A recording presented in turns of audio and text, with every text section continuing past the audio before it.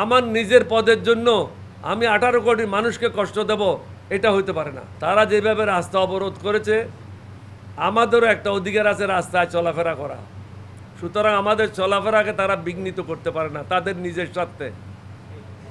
তাদের পথ পাওয়ার জন্য, তাদের সুবিধা আদায় করার জন্য 18 কোটি মানুষকে তারা জিম্মি করতে পারে না। কারো প্রয়োজন হলে কোর্টে যাক, হাইকোর্ট আছে, সুপ্রিম কোর্ট আছে, সেখানে গিয়ে ফয়সলা করুক। ফয়সলা করে তাদের সিদ্ধান্ত নয়। এখন আপনি বলবেন সেই সিদ্ধান্ত তো নির্বাচন কমিশন মানে নাই। নির্বাচন কমিশন যদি না মানে আবার কোর্টে যান, এটা ডিফরমেশন স্যুট করেন। এখানে তো কোর্ট আইন খোলা আছে, আইন তো বন্ধ নাই। আইনের আশ্রয় নেন, আইন নিজের হাতে নেবেন কেন? আজকে মানুষে কি করতেছে? বদদোয়া করতেছে আপনাদেরকে। আপনাদের মানে যারা রাস্তাঘাটে মানুষের চলাচলের পথ বন্ধ করে দিয়েছে, বিঘ্নিত হচ্ছে, অনেক হার্ট অ্যাটাকে রুডি রাস্তায় মারা যাচ্ছে, অনেক মা রাস্তায় প্রসব করছে, অনেকের জরুরি কাজ, কারো দাফন কাফনে যাবে, সে দাফন কাফনে জানাজায় অংশগ্রহণ করতে পারছে না, রাস্তায় তাকে দিন কাটাতে হচ্ছে। এই ধরনের অরাজকতা একটা দেশে থাকা উচিত না।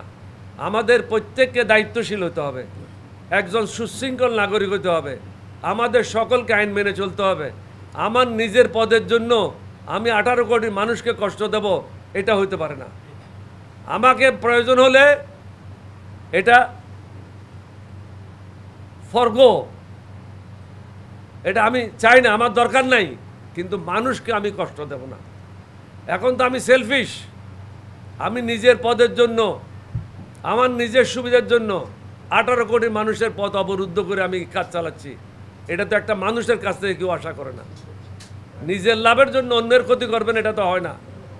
আপনি লাভ করেন, কিন্তু আমার ক্ষতি করবেন কেন?